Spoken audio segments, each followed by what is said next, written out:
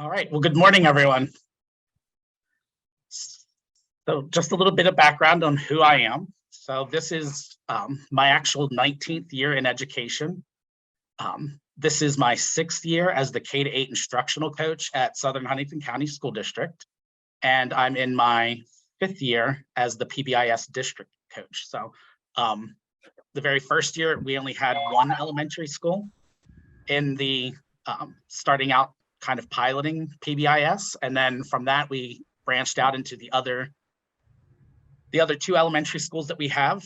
So we have 3 elementary schools, and then we have a middle school, high school that's in one building. So since that time, once we got the 3 elementary schools on the ground and running, we actually started then piloting it into the middle school, high school.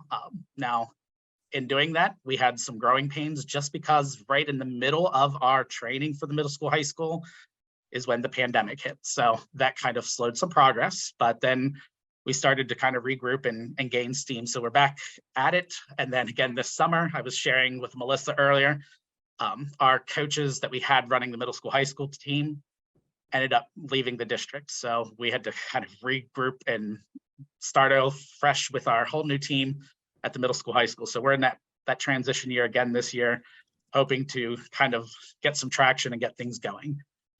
But in the past 19 years prior to that, I was a kindergarten teacher for 8 years. I taught 3 years of 3rd grade, a year in 4th grade, and 5th grade. So my background's elementary, but I've been branching a lot into the middle school and high school as the instructional coach, and then with PBIS as well. So, and I know we've all can kind of probably relate to this in some capacity, whether it's a faculty meeting and an in-service day, or something like that, where we sit down and we come to a meeting, we're not really sure what to expect, and then we're partway through the meeting, and then we realize this is a meeting that could have been an email. And we look at those meetings and we think of the time that we have, and lately the short amount of time that we have, because we keep getting pulled in so many directions, and with teacher shortage and staff shortages happening across the Commonwealth, it's just our time is precious. So what we've been looking at is, how do we value people's time so we're not wasting it for them, so that when we do go to a meeting, it is productive, it is purposeful. And that's what we try to do when we have any of our meetings. That's kind of revolutionized, outside of PBIS, a lot of our meetings. So I know we just at the elementary school, we started with a new principal this past school year. And she's done a phenomenal job at not wasting people's time, not calling a meeting just to have a meeting. But if it's something that can be handled via an email, blast it out to everyone, problem solved. No one has to spend any more time, read it at your own convenience, and touch base that way. So really, when we do actually sit down to meet, it does have to have a purpose, and it has to be productive, and people need to find that valuable. That's actually how you get buy-in from a lot of the staff. So one of the ways in which we do that is at our elementary, like I said, we have 3 elementaries. I am the district coach, so I have to kind of coordinate my time between 3 elementary buildings and a middle school, high school building. So between those 4 buildings, what we do is to get that consistency at the very start of the school year, I sit down with the core team at each building, and we look at their schedules, if the special schedules have changed, duty schedules, anything like that. And we really sit down and we talk about, okay, what day works best for you? I know in our district, we operate on a 6-day cycle. So it's letters A through F. So we have 2 of the buildings that like to do that, just because there is a set letter day of the cycle in which everyone on that team doesn't have a duty and they have a special that day.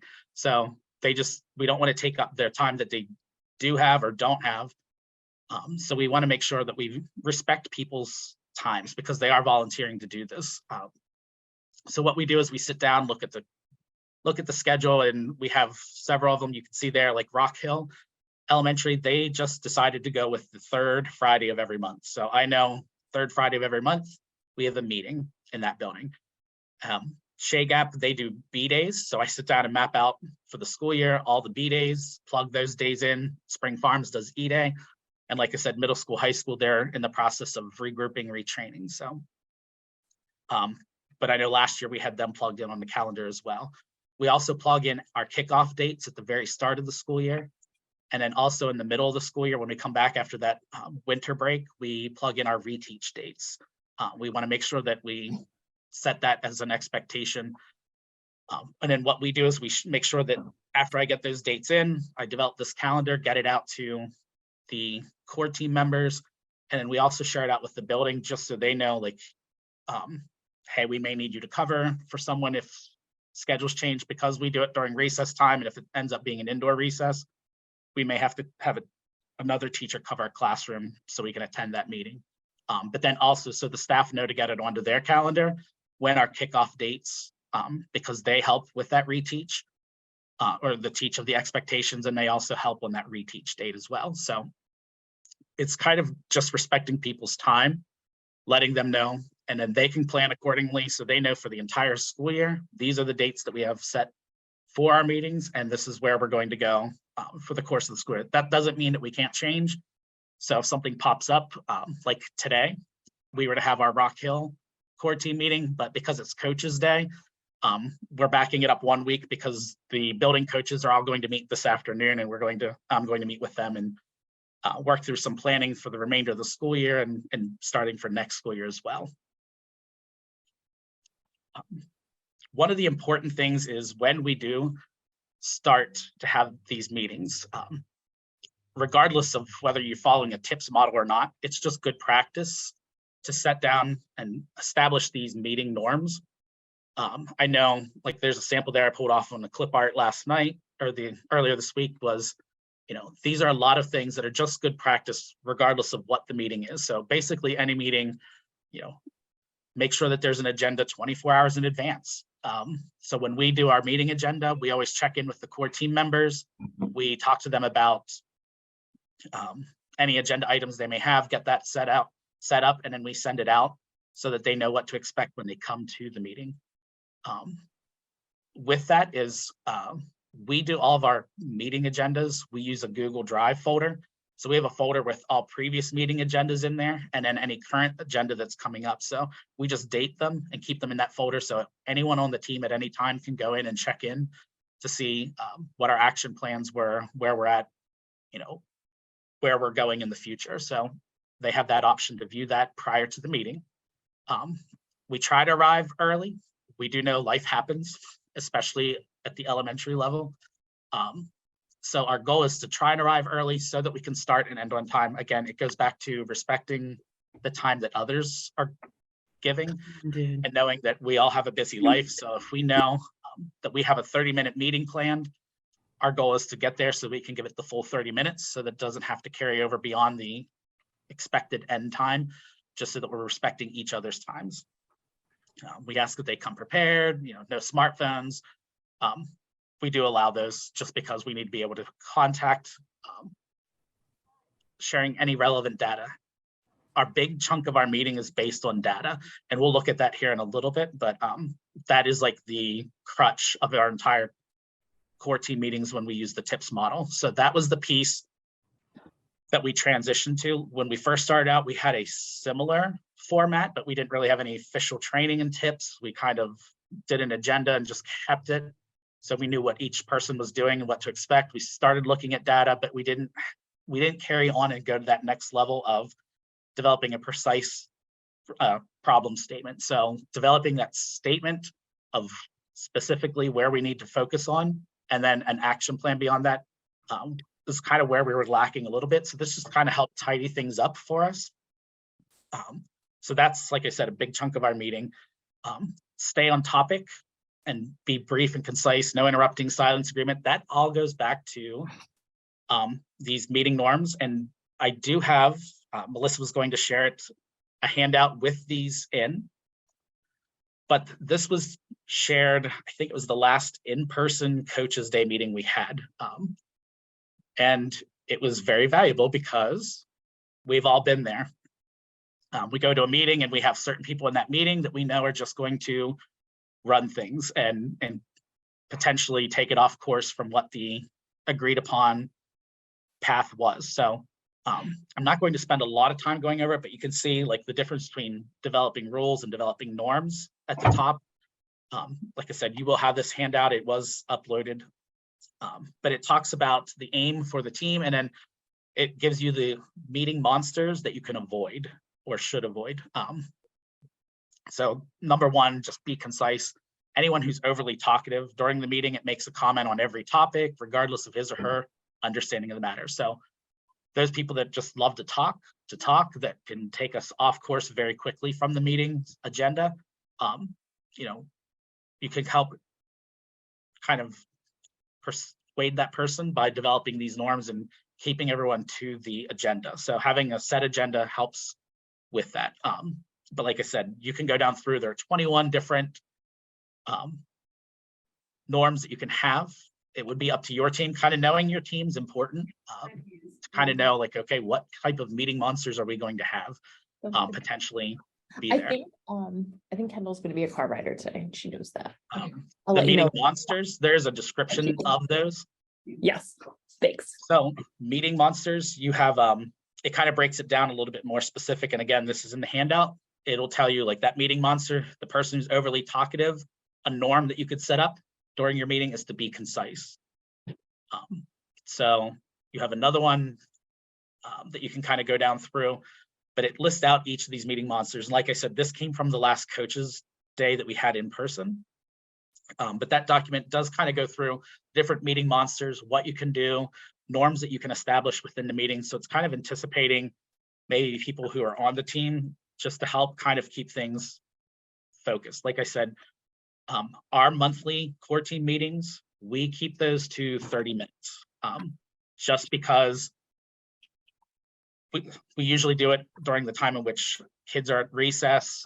At the end of the day, when we have our interest clubs for PBIS, it's a 30-minute block. So we try and respect people's time by keeping it minimized to that 30-minute session. So we know prior to going to that meeting, here's what the expectation is.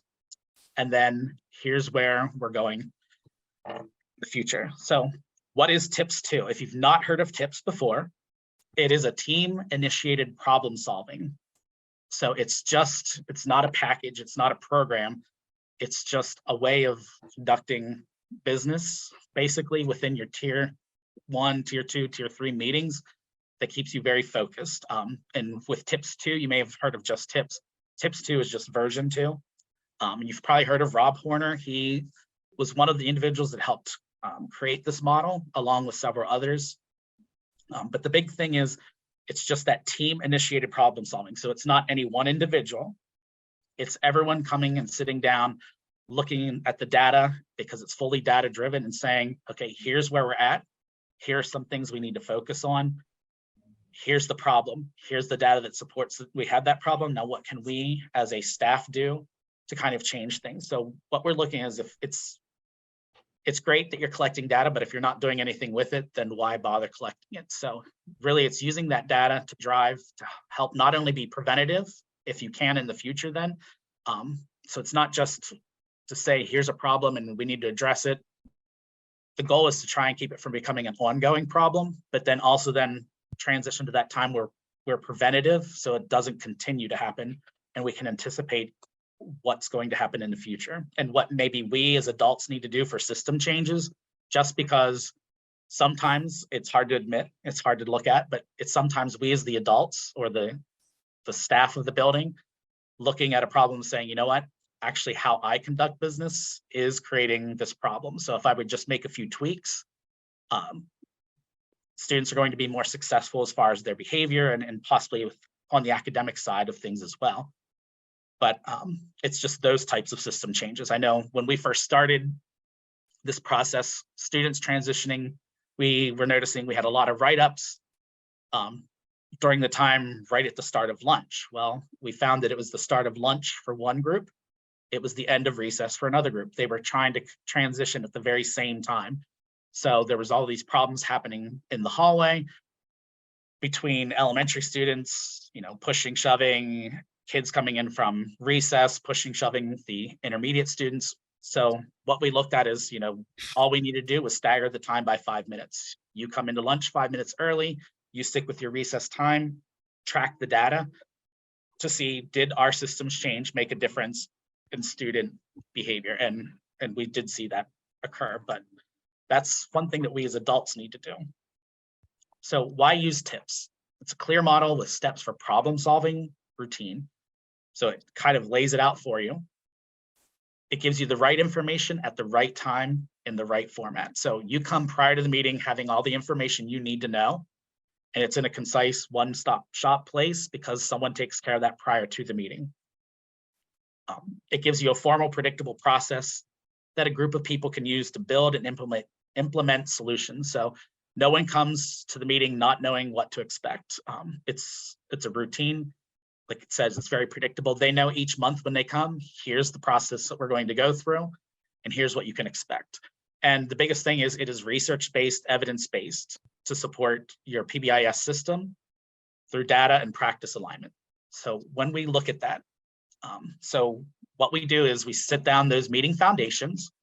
Everyone knows prior to coming to the meeting, here's our purpose, here's the role of each person. We're going to talk about those roles in a couple of minutes. But we have that efficient process to start, stop, schedule.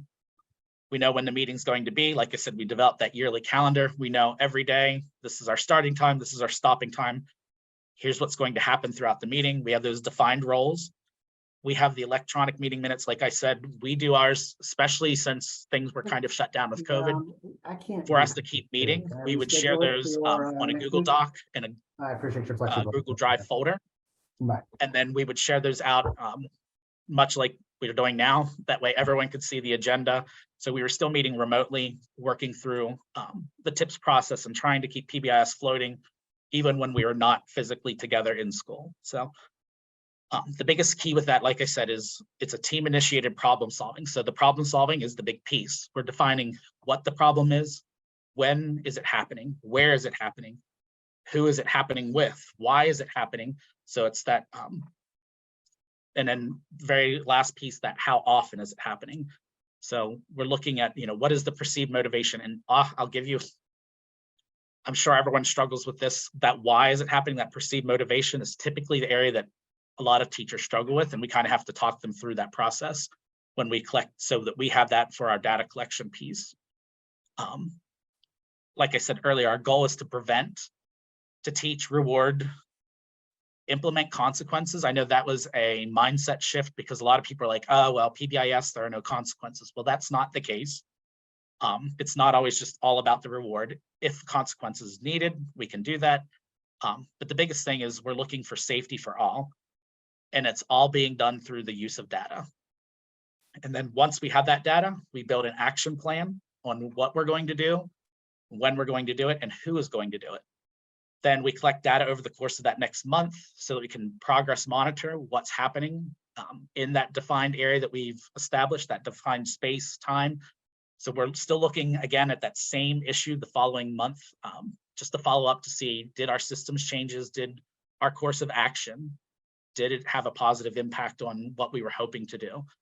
And then, like I said, that progress monitoring, adaptations, that is all captured on our tips to meeting agenda. So then we evaluate it the following month to say, was it beneficial to students? Did we implement like we said we're going to? Because sometimes we get busy, we get a little off track. So we hold ourselves accountable as well as holding the students accountable.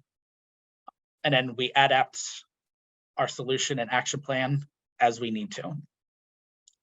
So with the meeting minutes, it is created by the team facilitator and minute tracker, or the minute taker. They take care of establishing that form. They get it sent out to all team members before the meeting occurs. They use it to guide the meeting discussion. And then it's used to progress monitor. So we look at previous meeting minutes, decisions. Did we do what we say we were going to do as a team? We review our task list, and then we evaluate the meeting. So looking at, before we get to that actual meeting where we're physically together or virtually for a while there, the biggest thing that we've noticed with our success was we always had an administrator present.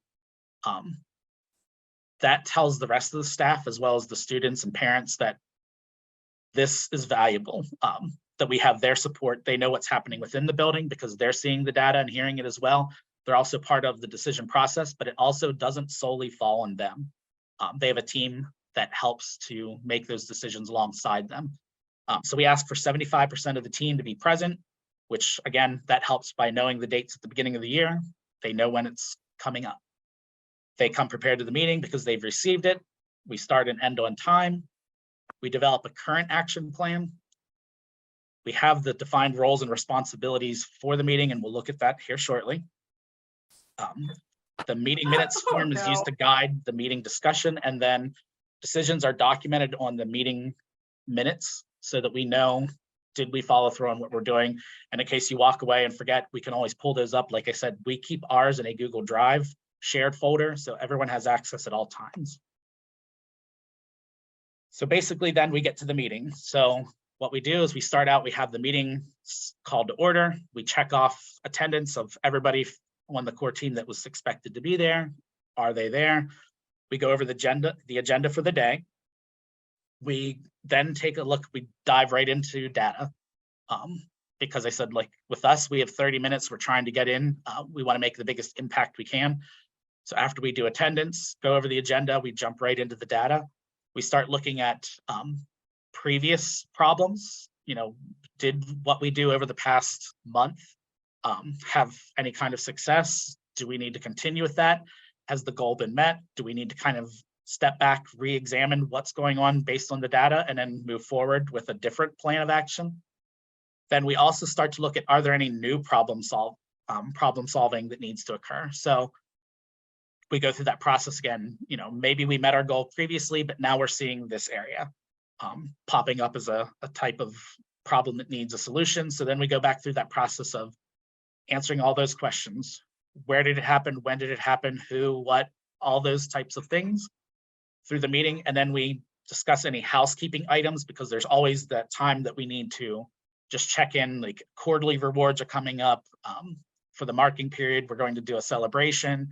We need to, we're coming back after winter break. We're going to have our reteach, who's doing what, do we have the schedule addressed? So those are the types of things that happen during the housekeeping items. And then we wrap up the meeting. We do an evaluation of ourselves, and we'll take a look at those questions, but it's just evaluating, did we say what we were going to do? Did that happen as a team? So with our roles, we have a facilitator of the meeting. Someone is there as the data analyst. Someone is the minute taker. And then we have the other team members that are present and contributing. So that doesn't get them off the hook because they don't have a formal role. They are still a team member. They still have input to provide to help with that. So as the facilitator, the biggest thing is before the meeting, they provide the agenda items to the minute taker. So typically, it's our building coach that will kind of do this. And then one thing we're going to start working at is rotating these responsibilities and these roles, just because, okay, let's say there's someone becomes sick unexpected and it's our day to meet. So can someone else step up and be the facilitator for that day? As the district coach, I do attend all the building level meetings. So I'm at all the tier 1 meetings with them. So I can step in and provide support in any of those roles, but our goal is to get each team member comfortable and ready and prepared to be any of these roles at any given time. The facilitator makes sure that the meeting starts on time. Like I said, we already have our dates, times, and locations established at the start of the year, so that's already taken care of. The facilitator does exactly what the title says. They manage the flow of the meeting, and then they prompt any team members with the TIPS problem-solving mantra, like, do we have a problem? What is the precise nature of that problem? Why does that problem exist, and what can we do about it? And then for problems with existing solution actions, we look at what was the implementation status. You know, did we do what we say we were going to do? Did it have the desired impact? Was it fully impactful, partially? You know, where are we at? And then any new items that we can address as well. But like I said, they're still a very active participant in that meeting process. The data analysts, they come to the meeting with the data already set up. So before the meeting, they have the data report that's put in there. So we have information and data that we know coming into that we can develop. So they describe potential new problems with precision. So they answer those, they provide data based on the what, the who, the where, the when, and the why. We use Swiss. I don't know if everyone else uses that. So if you haven't, I'm going to do a plug for Swiss. It's a godsend. for $300 per building, we get a student, it's a school-wide information system. We plug in our data from our ODRs. It gives us immediate reports that we can drill down and look through. This is how we develop our new problems and our problem precision statements using this data from Swiss. So I would highly suggest it. I know we have Power School as far as our report cards and academic side of things, but Swiss, it provides all the information that you need through graphical reports. We can get detailed reports. We can manipulate the data so we can start to really drill down and see like, okay, we're having a problem during this time. What's going on? You know, who does it involve during that time? What is the exact problem? What was the perceived motivation for those behaviors? So, like I said, it has been a godsend. I can't give it enough credit. If you don't have it, I would highly suggest talking to your admin team about getting it. And our admin actually saw the buy-in with it. So not only with PBIS starting, but then having that as a tool to help us support our program, just because it made the data collection very easy. So that one person who was the data analyst didn't have to drive themselves crazy trying to gather all the information or go through paper documents. That stuff's already there for them at their fingertips. So that gets plugged into the meeting agenda as well. And then at the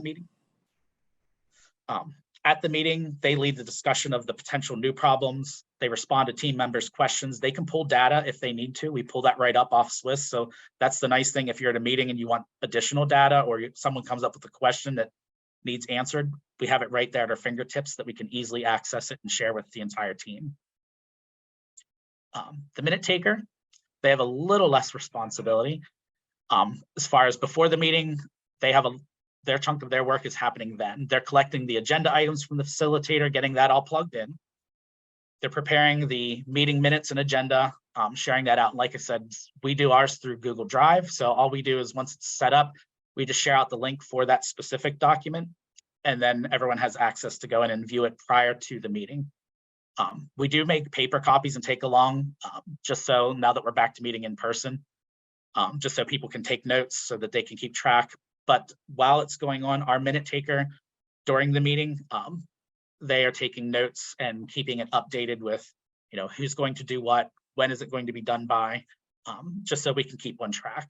But they are also an active participant in the meeting. And then after the meeting, we don't hand out copies. Like I said, it's done through Google Drive. So we just have that document shared at all times, so they can access it at any given time. And then the last one is all team members, they have a responsibility. So any team member on that core team, they can recommend agenda items. So we usually send out an email prior to, hey, just a reminder, meeting's coming up at the end of this week. Do you have any agenda items? Here's what we discussed last time. We can reshare the old agenda from the previous month to kind of refresh everyone's memory if it's been a while, especially coming off of our winter break. And then at the meeting, the team members' roles, they help analyze and interpret the data. They help determine if there's a new problem. Then they also are involved in developing that precision statement of what's going on, who's going on, where, when, and why. And then they help develop that goal and a timeline. So what are we going to do to help curtail this issue? And then when are we going to do it by? And then ultimately, who is it going to be the one to initiate that? And that can be anyone on the team. And it may actually be other staff that we need to reach out to as well. For problems with existing solution actions, we report on the implementation status. You suggest how to implement solution actions, and then they help analyze and interpret the data to see if it's working. So we check back in, we see, did what we say last month, is it working? And then here's a new problem, let's go forward with this. And again, they're an active participant. So here is a sample of our tips meeting minutes. So when we sit down and work through this process, like I said, the minute taker gets this information from the facilitator and any other team member to plug in. But we know to start with what our day, our time of the meeting, and the location. We define who the facilitator is, who the minute taker is, and who the data analyst person is. And then we take attendance. So we know these are our team members.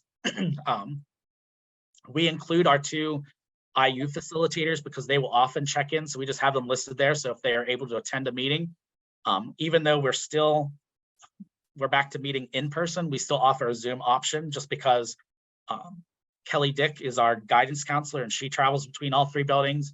There are times where I can't be physically in the building. And then, like I said, our IU facilitator. So we still offer that in-person / Zoom option.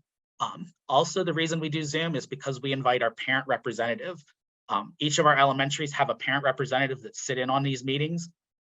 We want to respect their time and we don't always feel it's appropriate. We allow them the option. If you would like to come into the school and meet in person, that is great. However, we tell them up front that there may be times where we talk about some data and some sensitive data that you can't be privy to. So we may ask you to leave. So we don't expect that you're going to be there the full 30 minutes. If it's not worth your time to travel in, if it's inconvenient, join on Zoom. And I'm going to say that happens about half the time. In some buildings, other buildings, they just strictly join on Zoom because it may be like a 5-10 minute check-in that we have them there with us. So, but we take attendance and then we look at our agenda items.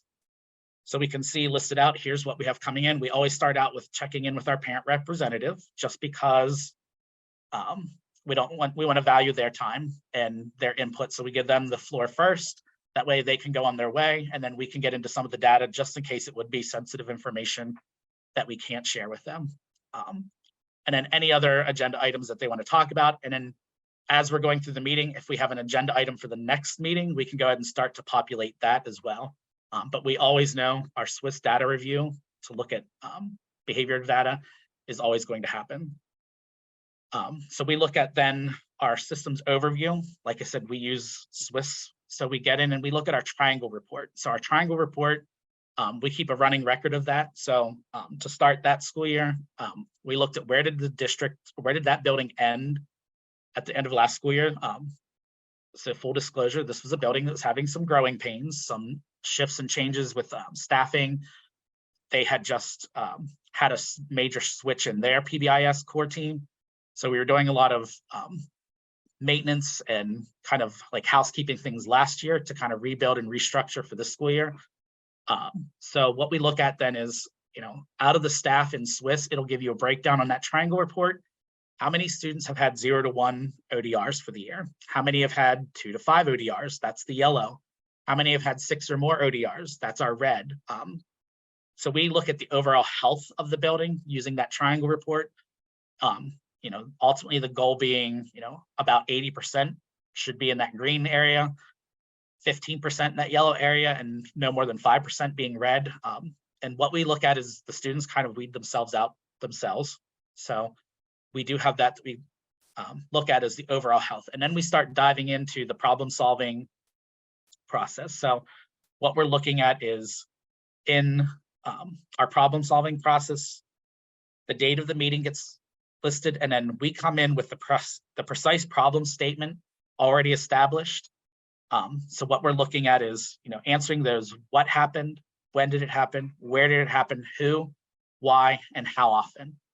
So we start looking for flags on the Swiss program to see, like, is there an area? So like for this particular building, we noticed from 11 a.m. to 12 p.m., there were 15 ODRs during the month of October.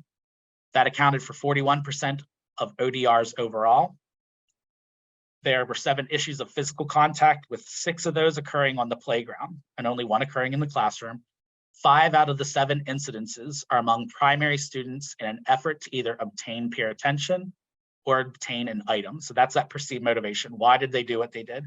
And that's something, like I said earlier, we've really been focusing in on, because you'll get the teachers that are just marking off unknown motivation or other. Well, that doesn't help us kind of develop an action plan. So now that we know that they're trying to get peer attention or get an item, that's really important. So that helps us then to develop this goal and a timeline. So the goal being, we define what is going to happen and by when. So the team sat down, and during the meeting, we decided that we were going to reduce the number of primary students, K-2. We were going to reduce their ODRs for physical contact by 40%. during the 11 a.m. to 12 p.m. hour for the month of November, which translates into no more than 3 ODRs. So that was our goal. Then we decide what is the solution action going to be, like who's going to implement this and when are we going to happen? When is it going to happen by? So Cody was our coach for the building. She was going to talk to students on November 14th during the prize assembly about no touch and tackle during the football games at recess. And then we define how are we going to collect that fidelity and outcome data. Like I said, we use our ODR data that we upload into Swiss. So that Swiss data then would be what helps drive us. So then at the next meeting, we would sit down and review it. So next month's meeting, we would sit down and say, did it work? What is our fidelity data? So that same report that we pulled in Swiss back on November 8th, we would pull that again at next month's meeting in December. That same report, we would pull it, get an updated data to see, did we have 3 or fewer ODRs? But then this is kind of where we as a team grade ourselves. So the level of implementation, that's on us. Did we not start it? Is it only been partially implemented by the team or the staff in the building? Is it implemented with fidelity? Or have we stopped what we were doing? So we kind of grade ourselves. And then we sit down, and I can share, like at the next month's meeting when this came up, we did meet the goal. So we put that it was implemented with fidelity. Everything that we said we were going to do, we did. We did meet the goal of 3 or fewer ODRs. So then when we sat down and evaluated that, we look at the outcome data, we share what information we had to have. Did we make our goal? Then we said, comparing the goals, did it get worse? Was there no change? We improved, but not to goal, and then, or did we meet our goal? So we kind of go through that process. And then we list down next steps. Do we need to continue our current plan, modify the plan, discontinue the plan, or what else do we need to do? Is there something else? So after we go through all of that data, then that last part of our tips process is the housekeeping and organizational things. Like I said, we always start out by checking in with our parent representative. So actually this time, our parent representative we did have had some things going on, some job changes. So she was going to be stepping down as the parent representative, but we were already talking then as a team, finding someone else to take her place. So we record that information. Then we always say who's going to take care of finding the new person. And then by when do we expect to have that happen? So our second item then is always the Swiss data review, and we just put C above because we've already defined up there who is going to do it and by when. But we just list out who the data analyst is going to be and when do we need to pull that next report by, so we know to keep everybody on task. And then any other items that we need to talk about among the buildings. So this building does blue tickets. They were looking at prizes, getting teachers to be a prize. So some housekeeping type things. And then the very last piece of the meeting is always rating ourselves. Sometimes this is difficult to do. Sometimes it's not always the most pleasant but it just helps us keep us focused. So we always ask these questions. Was today's meeting a good use of our time? Again, we want to go back. We don't want to have a meeting that could have been an email. So we want to make sure that the meeting was productive and it was a valuable use of everyone's time. We always ask then the second thing is, in general, did we do a good job of tracking whether we're completing the tasks we agreed on at previous meetings? So going back, what we said last month, did we do what we said we were going to do? Number 3, in general, have we done a good job of actually completing the task we agreed on? So did we follow through? And then the 4th thing is, in general, are the tasks completed having the desired effect on student behavior? That should be the entire cap of why we do what we do. Our goal is to impact student behavior in a positive way. So not only are we using this to be reactive once we see that there's a problem, but the goal is to set it up so that it becomes preventative so the problem doesn't happen again in the future. So, and we talk that over with students when we're going through this process. So that's kind of our district's tips model that we use, the meeting format. But the whole reason of why we do what we do kind of goes back to this cyclical revolution that we go through. So we start out at the very top. We're defining the what, who, when, where, and why. So we have this problem that we want to identify with precision. We get all that data and that information. Our goal is then, why do we want to, or how do we want to change the problem? So we identify the goal that we're going to set. Then we keep moving down to identifying the solution and creating an implementation plan with contextual fit. So what are we going to do to bring about the desired change? So we set and we talk about that at our core team meeting. You saw on the agenda, that's where we document and record all of that information, not only to hold students accountable to see if it works, but it's holding us as the adults driving that change, hopefully to hold us accountable as well. We implement the solution with high integrity. So then we're looking at, did we implement with fidelity? So the following month, when we come back and we have that data, we're evaluating ourselves as the team. Did we do what we said we were going to? But then we're also then looking at the student data to see, did it have the impact that we wanted? What was our goal? So we're pulling the data once again, everything's data driven. So we can say, and then has the problem been solved? So we're looking at, did we solve what we said we were going to do? And then by the next month, we're looking at what next. So we make an evaluation of the decision that we made, and then we start the process over again. We're looking at data to see, has something else popped up in the meantime? So we've addressed this issue, it's kind of taken care of itself, or maybe we've addressed an issue and it's not exactly where we want it. So what do we want to change or do differently to help with that process, continue it moving forward? But then we have this other issue that's coming up as well based on the data that we're looking at. So how do we do that? Like I said, we do have Swiss in our district. We use it to fill out the Swiss drill down worksheet. If you do not use Swiss, but still have some kind of information gathering, you can still use this form. So it just kind of helps us look at the very first thing is the red flag item. So we're looking at who, what, when, and where. So those are going to be the big things that are going to give us that red flag. And we always write down the date range so that we can keep coming back to pull this report again the following month as we set the filters up. So then we start drilling down. So if we established our red flag item was the who, then we keep going down to our drill down filters and we start looking at the what, the when, the where, and then we add in why in this piece, that perceived motivation. So why did they do what they did? Usually people say behavior comes back to either you're trying to get something or get out of something. And we typically find that's the place. So is it to get adult attention, get a peer attention? Is it to get an item? Is it to avoid an adult? Is it to avoid a peer? Is it to avoid a certain activity or task? So that why piece is really important, and it comes in during this drill down feature. We always look at the referral summary. What were the number of students involved? What were the total number of referrals included? And then is this problem best addressed through systems change or with individual students?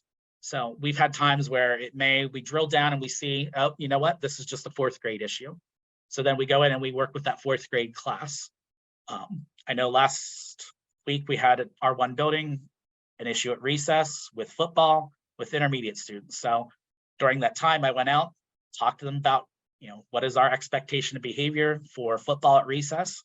What are our school-wide rules? What is our expectation? It's an issue of being safe. And when we're tackling people who are getting too rough, that's a safety issue. And, our goal at our school is to be respectful, responsible, ready, and safe. So we talked through that with them, just kind of monitored recess, have the teachers on alert to do that review each day and to kind of keep track of those students and monitor the progress. So then we can go back and look at that data the following month to see, okay, after talking to those intermediate students, was it successful?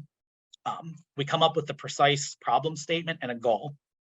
And again, that piece is taken care of during the meeting when the entire team is meeting. And then we can look at the solution development. So ultimately, our goal is for prevention, but do we need to have any kind of teaching take place? Do we need to recognize? So we will go back to the staff and say, you know what, keep an eye, that football situation, if you notice that they were playing and following the rules this day and it wasn't getting too rough, make sure you flood them with tickets that day. So they're getting that recognition and positive reinforcement for them following the rule of being safe. So we can talk to the students real quick, like, hey, you were playing football today at the playground, you were being safe, and we appreciate that. So you flood them with those, we use our rocket tickets there. Our goal is to get to the extinction of the problem, and then is there a corrective consequence? And then data collection. So with that in the handout that you can access, it does have a sample one filled out, so you can see that process going through it. how they kind of lay it out and define. There's that precise problem statement. So in September, there were a group of 10 4th and 5th grade students referred for minor defiance in the classroom during the morning classroom period in order to avoid tests. So that is that specific problem statement. So then based on what you know, we set up a goal. So then the goal being by the end of November, the team would like to see less than 5 referrals per month from 4th and 5th graders in the classroom before first recess, 9:30. So it's setting up who's going to take care of it, what is the goal, when is it going to be done by, all those pieces get set up. So we can look then at, not every solution development is going to take place each time. The goal is prevention, recommend teachers start with easy, fun warm-up tasks. So you can see that laid out there as well.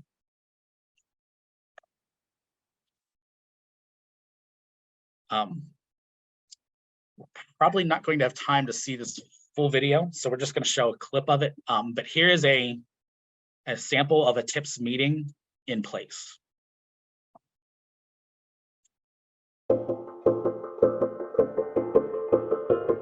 Meeting. Our next meeting is for April 1st, and we have an agenda, and our agenda today is to review our Swiss data from the last meeting and update the status of how we're doing, do a data review, do we have any new problems, and do a review of our admin tasks, and then self-assess our meeting. Are there other things that folks want to add to the agenda today? No? Looks okay? Okay, good. And from our previous meeting minutes, we were going to check on the 6th and 7th grade classroom problems. So how are we doing? Well, if you remember, the review of our data for the 6th and 7th graders showed that they were engaged in inappropriate language, disrespect, aggression, mostly in 2 classrooms at 9:45 and 12:45, primarily to get attention either from their peers or from the adults, or just to escape work, in fact. And we said we would do 3 things since last meeting. Okay, so let's just hold there and let's check in on one at a time, and then we'll ask Shane to show us the 6th and 7th grade data for those classrooms for the month. Megan, what was our goal? Let's see, it says our goal was to reduce the frequency of problem behaviors in the 6th and 7th grade classrooms by about half for the year, and to see no more than 8 referrals for the month. Okay, and we had decided that we wanted to encourage our 6th and 7th grade teachers to review the expectations. Was that done, Katie? Yes, it was. Great. Okay, and how do you think it's going? Teachers have all said that they've been reviewing expectations every day. Okay, and I think that we actually reviewed the expectations with the teachers first, and I think that went really well. What do you all think? Yeah. Well, I think we all need to devote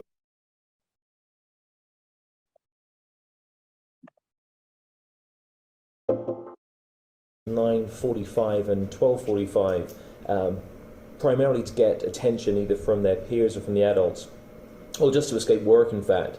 And we said we would do 3 things since last meeting. Okay, so let's just hold there and let's check in on one at a time, and then we'll ask Shane to show us the 6th and 7th grade data for those classrooms for the month. Megan, what was our goal?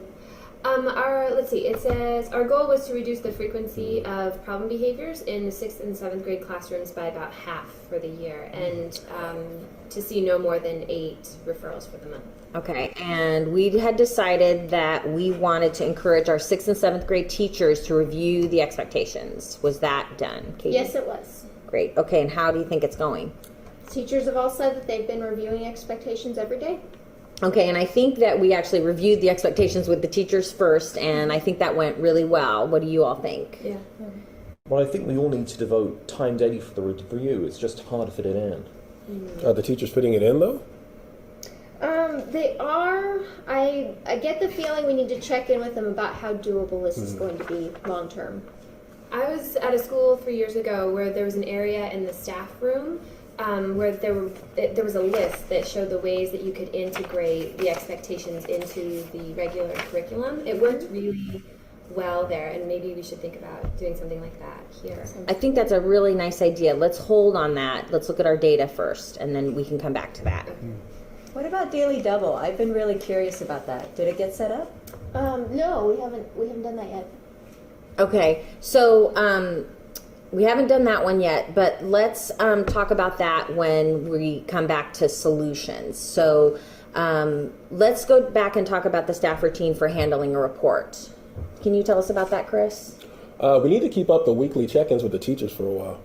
Okay, so let's now move to the data. Shane, can you go ahead and show us the 6th and 7th grade data? Sure. If Megan, if you'll pull the reports up, Sure. we'll go through it briefly and scroll to the top. Okay. You can see that for here between, oh, I'm sorry, I just read September 1st to February 28, 2012 in this report here.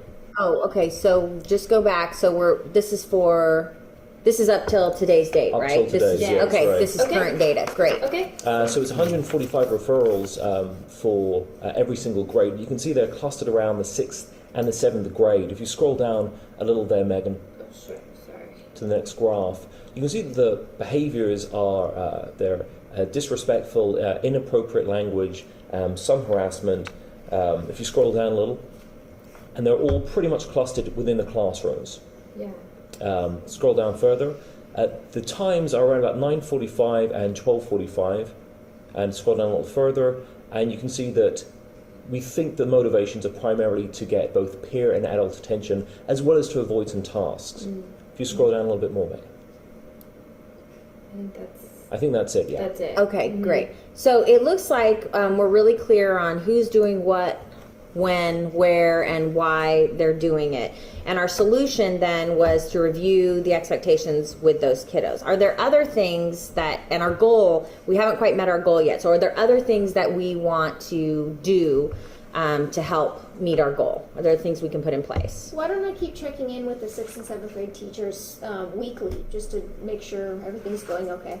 Okay, and Anne, that sounds great, Katie. And Anne had mentioned the daily double. It is something that we talked about doing, but it really didn't get implemented, and that's on me. So I will make sure that the daily double goes ahead and gets set up. I do have concerns. I'm not sure if we're going to be able to get the teachers on board with implementing that consistently. Okay. It's just something to keep in mind. Yeah, that is good. And so we need to, that's probably something that Chris can follow up on with the teachers. Yeah, I'll ensure the staff use the routine. Okay, good.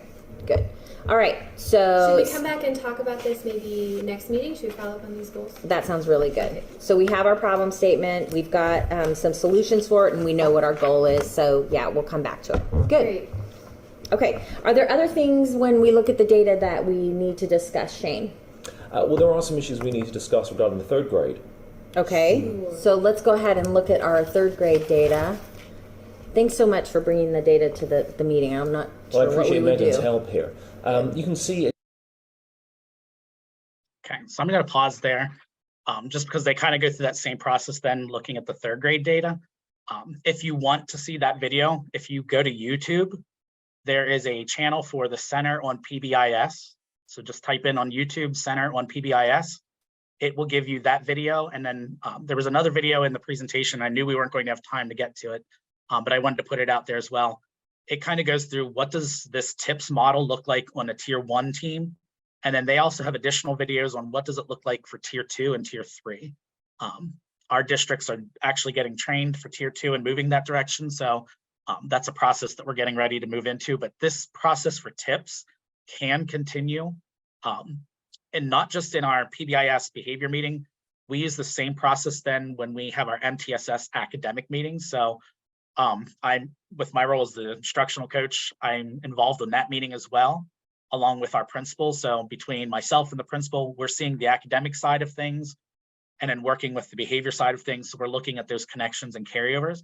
And we follow the same meeting format and process, regardless of whether we're looking at academic or behavior. So that TIPS process still continues on, regardless of what kind of meeting you're having. But the biggest thing with our meetings that have changed and revolutionized things with us is setting those dates at the very beginning. So everyone knows what to expect and when to expect it to happen. So we know when we're meeting, setting those norms. Here's when we come to a meeting, here's the norms, here's what's expected of us while we're in attendance. And then having those defined roles, like you're going to do this. So we come and we show up prepared for the meeting with everyone bringing to the table what they need to, and then working through that process with the goal in mind that the whole reason we're there is, are we trying to change student behavior for the positive? So that's our goal when we have our behavior meetings. Our goal for our academic side is how can we make them the most successful in the academic side of things in the classroom subjects. So at this time, I don't know if there are any questions before we have to transition to our next session, but I can gladly answer any questions. And my email is there as well. If there was anything you would like me to email you, I do have the PDF of the document for our agenda items, but I have it in a Word document. If anyone's interested in it, I can send that out. That way you would be able to use it for your meetings and just copy. And like I said, each month, then we just copy and paste it for the next month's meeting.